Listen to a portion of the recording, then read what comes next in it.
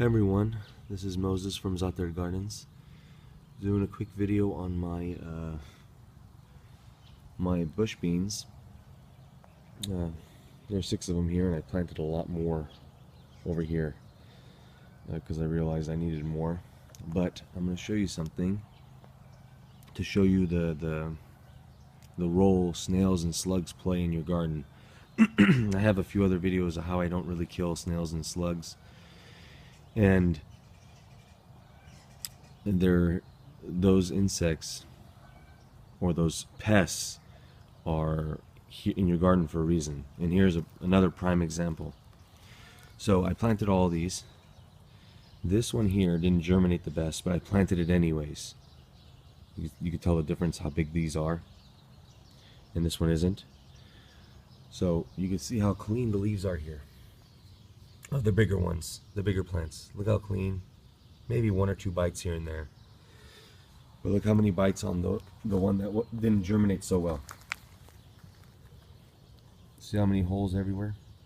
Even this leaf over here is totally gone, right here. That leaf over there is totally dismantled. So the slugs and snails are taking out the weakest plants, the sick plants, the dying plants, so these plants don't reproduce, the sick ones at least. They're trying to keep a healthy ecosystem, and that's their job. You know, they're not going to attack healthy plants. Obviously, you could tell right here. In the past, I've experimented where, okay, people will say, well, when they're done eating this one, when they're done eating that one, they're going to go to this one. Nope, not by my experience. They leave everything else alone. They might nibble here and there, just to try it out, just to taste it, but they don't eat the whole thing down like this one. So I don't know if this is going to really make it. But just to show you guys how slugs and snails play a very important role in your garden. They're your policing agents. They, like my onion patch next to me, they only eat the onions, I don't know, I really don't know what you call them. I guess the stalks or the green part of the onion. They only eat the part of the onion that turns yellow or touches the floor. They don't touch the rest. See, untouched. But the stuff that touches the floor or the stuff that turns yellow or rotting, they eat it. Cleaning your onion patch for you instead of you doing it. So, although I might agree with the infestation of snails and slugs. Like if you had, I don't know, let's just say 1,000 of them, you saw like 1,000 of them, like everywhere. It was just snails and slugs galore. Yeah, that's probably not the best. That means there was a breeding ground somewhere near your garden, or you had pots, you know, like flower pots or something that you never really used in the corner of your garden, and they were breeding there.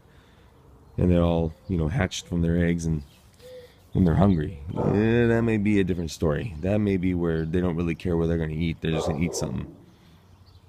So, although I don't like using pesticides, so I've to deter snails, I've used crushed eggshells, wood ash, diatomaceous earth, but not so much of DE, diatomaceous earth. I don't really use a lot of that. I use wood ash and broken eggshells. So you can imagine, you know, walking on broken glass for us. That's how they probably feel walking on broken eggshells, crushed up eggshells. They're not going to like it. So I do agree that sometimes slugs and snails infestation are pretty bad. But if you only see like, if you come at nighttime and you only see like 5 in this onion patch, that's okay. But if you see that you know, you're not going to count one by one, but if you see 100, yeah, you probably got a problem. All right, guys. See you later. Bye.